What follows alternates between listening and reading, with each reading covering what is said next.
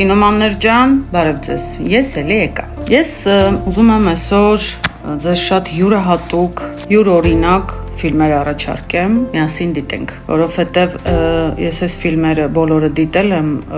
եւ շատ յուրօրինակ ֆիլմեր են, ասեմ, ինչի համար են յուրօրինակ։ Այս ֆիլմերը ցանկացած մարդ դիտելուց հետո նրա մոտ հաստատ ներաշխարհը փոխվելու է մարդու մոտ եւ մարդը ավելի լուրջ է վերաբերվելու, ավելի գիտակից է մոտենալու սեփական կյանքին եւ գնահատելու է կյանքի ցանկացած վայրկյանը։ Խելամիտ մարդը կգնահատի, որովհետև այս ֆիլմերը այնպիսի ֆիլմեր են, որ հոգին տակնու վրա են անում ցանկացած մարդու։ Սա շատ լուրջ ֆիլմեր են, ինքներդ կհամոզվեք եւ կխնդրեմ, որ մեկնաբանություններում անպայման գրեք իմ նշած այս ցանկի մեջի որ ֆիլմն եք ավելի շատ հավանել։ Ուրեմն, առաջին ֆիլմն է «Ты не ты», երկրորդ ֆիլմը «Мой ангел-хранитель». Այս ֆիլմը 2009 թվականի ֆիլմ է, գլխավոր հերոսուհին է Կեմերոն Դիասը։ Երրորդ ֆիլմը «Семь жизней». Այս ֆիլմը գլխավոր հերոսը այս ֆիլմի Ուիլ Սմիթն է։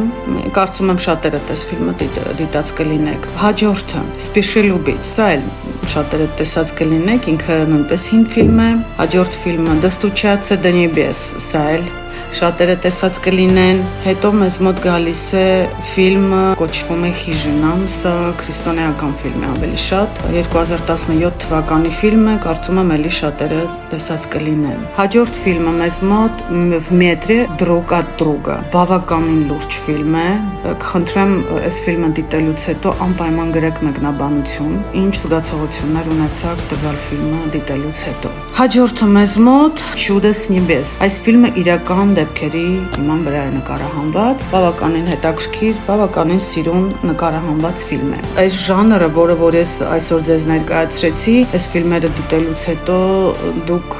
ավելի կլրջանաք այս կյանքի հանդեպ, շատերը այս ֆիլմերը դիտելուց հետո ավելի լուրջ կվերաբերվեն այն կյանքին, որը Աստված շնորհել է իրենց ապրելու համար։ Դե ինչ ձեզ հաճելի դիտում, կսպասեմ ձեր մեկնաբանությանը։